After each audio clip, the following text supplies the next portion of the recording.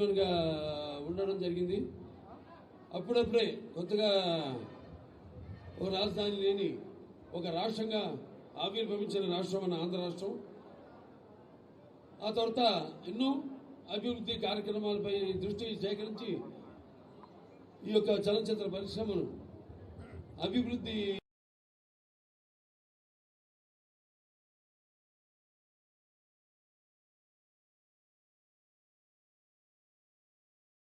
చెందాలనే ఒక సంకల్పంతో ఆనాడు మరి 2017లో కూడా ఈ యొక్క ఫిల్మ్ డెవలప్మెంట్ కార్పొరేషన్ కమిషనర్ చైర్పర్సన్ని నియమించడం జరిగింది.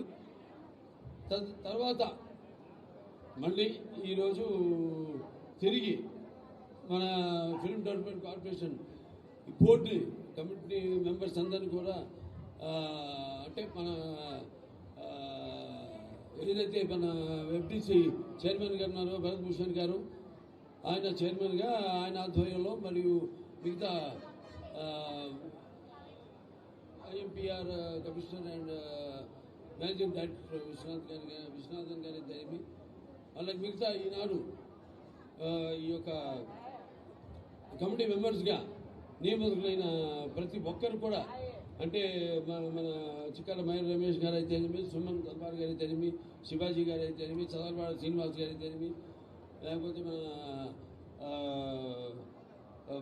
బుర్రా సాయి మాధవ్ గారు, అలాగే వై ఝాన్సీ గారు, అలాగే కూచిపట్ల సుబ్రహ్మణ్య వివేకానంద గారు అయితేనేమి, అలాగే వి సముద్ర గారు, అలాగే కె ఉమామేశ్వరరావు గారు, అలాగే గంజిమల్ల సాంబశివరావు గారు, ఎస్ వెంకటకృష్ణారెడ్డి గారు, అలాగే జి రాజ వెంకటేశ్వర యాదవ్ గారు, అలాగే జి సత్యనారాయణ గారు, మొత్తం వీళ్ళందరితో ఈ యొక్క ఎఫ్డిసి కమిటీని ఏర్పాటు చేయడం జరిగింది. ముఖ్యంగా మన ఆంధ్ర రాష్ట్ర ముఖ్యమంత్రి వర్యులు నారా చంద్రబాబు నాయుడు గారు, అలాగే తమ్ముడు డిప్యూటీ ముఖ్యమంత్రి పంచాయతీరాజ్ శాఖ మంత్రులు తమ్ముడు పవన్ కళ్యాణ్ గారు, ఆయన కూడా ఒక నటుడే. అలా అందరూ కూర్చుని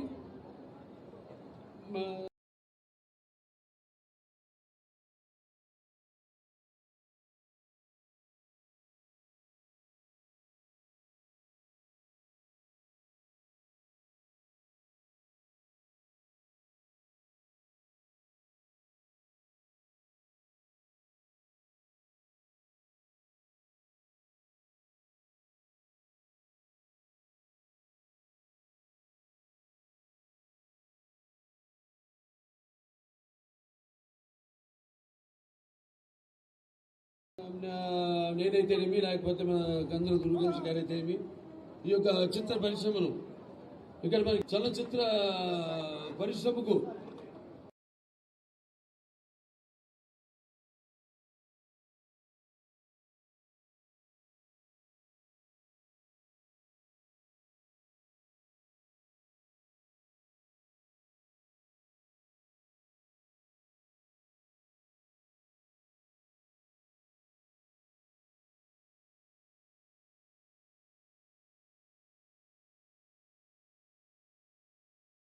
ఇప్పటికీ బాగా తిరుగుతుంది. ఇవాళ మనం చూసుకుంటే ఇవాళ ఏ సినిమా మొత్తం సినిమా కలెక్షన్స్ అన్ని చూసుకుంటే కూడా మనకి మొత్తం ఒక 65 నుంచి 70% కలెక్షన్స్ ఆదాయం మనకు వచ్చేది ఆంధ్ర రాష్ట్రం నుంచి. ఇవాళ సినిమా చరిత్ర ఇవాళ చలనచిత్ర పరిశ్రమను ఇక్కడ అభివృద్ధి చేయవలసిన అవసరం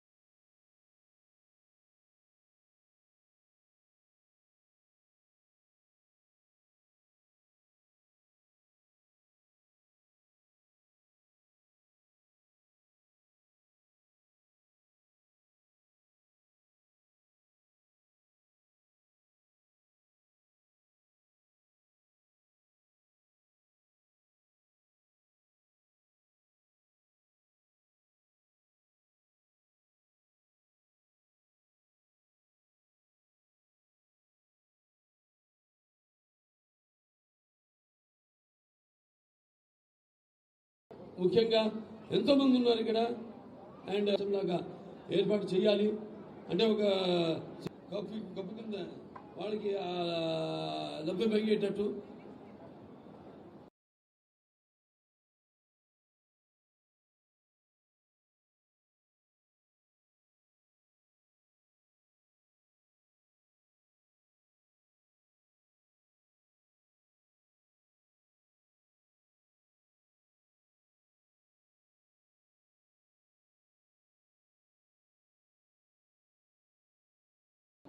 అలాగే ఇక వాళ్ళకి రాయితీల విషయాలు అయితే ఇవన్నీ కూడా మేము కూర్చుని ఇంకా మాట్లాడుకోవాల్సిన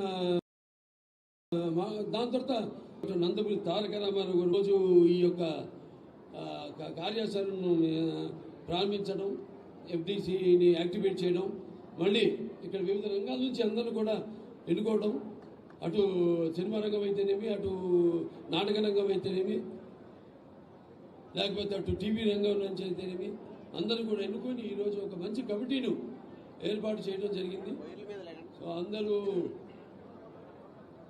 వాళ్ళ వాళ్ళ అనుభవాన్ని ఏదైతే ముందు వాటన్నింటినీ అవకాశాలు పోసి మరి ముందు ఒక మంచి కార్యాచరణతో ఈ యొక్క చలనచిత్ర పరిశ్రమాభివృద్ధిని అతి శీఘ్రంగా అతి వేగంగా ముందుకు తీసుకెళ్తాము.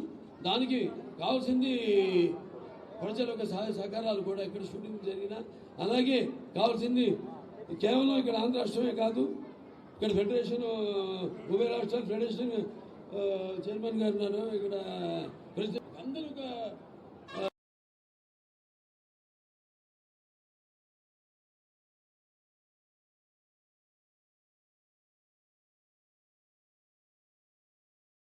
చైర్మన్ గారు ఉన్నారు, ఇక్కడ ప్రెసిడెంట్ అందరూ ఎంతోమంది ఇక్కడ కార్ డ్రైవర్స్ నుంచి జూనియర్ ఆర్టిస్టుల నుంచి ఎన్నో యూనియన్స్ ఉన్నాయి ఇక్కడ. వాళ్ళందరూ కూడా ఇవాళ పనులు లేక ఇవాళ చూస్తున్నాం మనం. మనిషి అన్నది తన దైనందిన కార్యకలాపాలలో సతమతమవుతూ అన్న వస్త్రాలనే అవసరాలతో పాటు సినిమాను కూడా ఒక సాధనంగా ఎంచుకున్నాడు. అటువంటిది ఇవాళ చూస్తే సినిమా ఎలా ఉండాలని ఆలోచించాల్సింది పోయి సినిమాని బ్రతికించాల్సిన పరిస్థితుల్లో ఇవాళ చలనచిత్ర పరిశ్రమ ఉంది. ఎందుకంటే అది వేరు వేరు కారణాలు కావచ్చు, కానీ అందరం ఎక్కువ సినిమాలు చేయాలి. ఎక్కువ సినిమాలు చేయంటే సంఖ్యాపరంగానే కాదు, మంచి సినిమాలు చేయాలి. ఎందుకంటే నా ఊరికి నేను ఒక తృప్తి ఉంటుంది నాకు. మంచి అనుకరించకుండా మన సత్తా ఏంటో మనం దానికి పదులు పెడుతూ అటు మంచి సందేశాత్మక చిత్రాలు అందజేయడం ప్రజలకి అయితేనేమి, అలాగే టెక్నిక్ లేనప్పుడు ఎంతో శీఘ్రంగా సినిమాలు పూర్తయ్యేవి. ఇవాళ టెక్నిక్ పెరిగిపోయింది. టెక్నిక్ పెరిగిపోయి సినిమాలు ఒక్కొక్క చాలా ఆలస్యంగా పూర్తి చేయడం. ఇవాళ థియేటర్లు ఎగ్జిబిటర్స్ వస్తే బాధగా ఉంటుంది నాకు. వాళ్ళు కొందరు తాళాలు వేసుకునే పరిస్థితిలో ఉన్నారు. అలాగే పంపిణీదారులు అయితేనేమి అదే పరిస్థితుల్లో ఉన్నారు. సో ఇవాళ ఈ యొక్క చలనచిత్ర పరిశ్రమని ఇక్కడ ఆంధ్ర రాష్ట్రంలో ఆదుకోవడానికి ఇక్కడ తెలుగు ఈ జోడెట్ల ప్రభుత్వం అయితే ఉందో ఎన్డీఏ ప్రభుత్వం ఈ యొక్క చలనచిత్ర పరిశ్రమ కోసం పూర్తిగా వాడికి లాభదాయకంగా ఉండేలా ఏదో కొత్త ప్రణాళికలతో ముందుకొచ్చి తప్పకుండా ఈ చలనచిత్ర పరిశ్రమని కాపాడుతామేమో. అలాగే తెలంగాణ ప్రభుత్వాన్ని కూడా నేను విన్నవించుకుంటాను. వాడు కూడా వాళ్ళ సహాయ సహకారాలు కూడా ఉభయ రాష్ట్రాలు కూడా, ఎందుకంటే అక్కడ చలనచిత్ర పరిశ్రమ అక్కడ ఉంది హైదరాబాద్లో. ఇవాళ మనం చెప్పుకుంటున్నాం ఇక్కడ విజయవాడ ఇది మన చలనచిత్ర పరిశ్రమకు అవిభక్త ఆంధ్ర రాష్ట్రంగా ఉన్నప్పుడు కూడా ఇది ఒక రాజధాని అని. సో ఇవాళ ఇక్కడ కూడా మన తెలుగు చలనచిత్ర పరిశ్రమను కాపాడుకోవాల్సిన బాధ్యత. అలాగే ఇక్కడ కూడా ఈ యొక్క ఉన్న ఏదైతే అన్నారో పురస్కారాలు, ఇదివరకు నంది పురస్కారాలు అయితేనేమి ఇటువంటి పురస్కారాలు, అలాగే వివిధ ప్రాంతాల వారు కదుకూరి పురస్కారాలు అయితేనేమి, వివిధ ప్రాంతాల్లో వారు ఉన్న మహనీయుల మహాపురుషుల వాళ్ళ పేరుతో ఉత్సవాలను అయితేనేమి అన్నింటినీ కూడా ఇటు సాంస్కృతిక పరంగా కూడా వాటిలన్నింటినీ ఉద్ధరించవలసిన, మళ్ళీ ముందుకు తీసుకెళ్లాల్సిన బాధ్యత మా ఏదైతే ఈ పర్యాటక సినిమాటోగ్రఫీ శాఖ ఉందో వాడి బిజినెస్ కందాల మీద ఉందని తెలియజేసుకుంటూ ఈ చలనచిత్ర పరిశ్రమను ఎక్కువ సినిమాలు చేయాలి, థియేటర్లోకి సినిమాలను అందించాలి, ప్రేక్షకులకు సినిమాలను అందించాలి. అందరూ ఒక కుటుంబంలో కష్టాలు వచ్చినప్పుడు అందరూ కూడా వాటిలో భాగస్వాములై ఒక కుటుంబ సభ్యులుగా వాళ్ళ కష్టాలని వాళ్ళలో తీర్చుకోవాలి. అలాగే ఇండస్ట్రీని ఇంకా ఇలాగే ముందుకు తీసుకెళ్లాలని తెలియజేసుకుంటూ మరొకసారి ఇక్కడికి ఇచ్చేసే పాత్రికేయ సోదరులందరికీ, ప్రింట్ అండ్ ఎలక్ట్రానిక్ మీడియా వారికి, అలాగే హైదరాబాద్ నుంచి కూడా తరలి వచ్చిన సినిమా ప్రముఖులందరికీ, అలాగే ఇక్కడ ఎన్నికైన భరత్భూషణ్ గారికి, చైర్మన్ గారికి, మరి ఎండి అండ్ ఐఎంపీఆర్ కమిషనర్ గారు విశ్వనాథన్ గారికి, మురళీ కుమార్ గారికి, అనిల్ కుమార్ గారికి, మిగతా ముఖ్యంగా మా పర్యాటక మరియు సినిమాటోగ్రఫీ శాఖ మార్చులు కందుల దుర్గేష్ గారికి అందరూ కూడా నా కృతజ్ఞతలు తెలియజేసుకుంటూ నేను సెలవు తీసుకుంటున్నాను.